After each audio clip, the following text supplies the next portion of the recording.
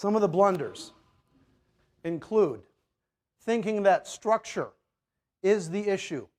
And if we just change the structure, everything will become better.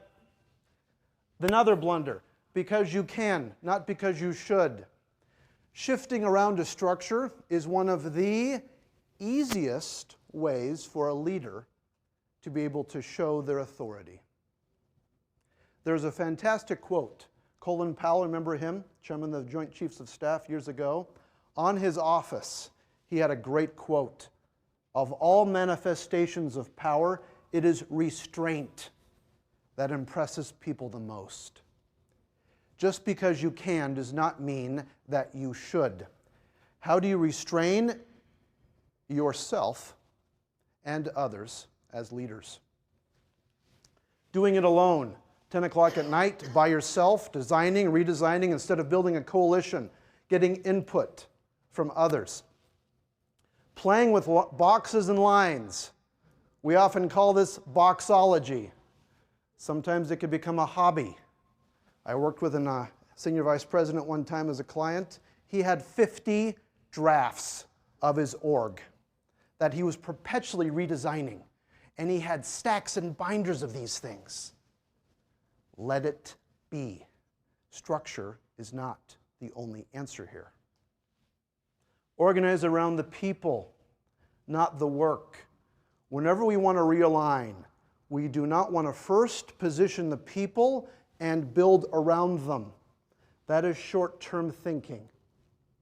You want to first understand the nature of the work itself. No names, no titles. Where's the value add? How is it going to be able to improve and benefit others? Focusing on the work first. Being reactive instead of proactive. Too often the reorganization or the realignment effort can be, shoot, I now need to do something, versus let's look ahead. What can we do differently? Again, based around the results and the value that's being added. And believing that there is one right answer. And if we just get that one right answer, everything will be perfect. No. There are 1,000 right answers. 1,000 different right answers. And we'll talk about ways to help figure out which might be a little bit better than others. Some of the common blunders. And then the last one. Being swayed by the loudest voices or the squeakiest wheel versus sitting back and taking a more strategic point of view.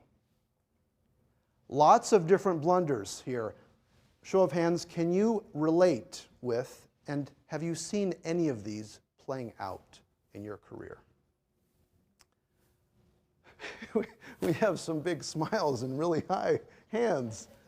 Yes, we get it. We work with humans. We're both functional and dysfunctional, absolutely. But there's a lot we can do to make things better.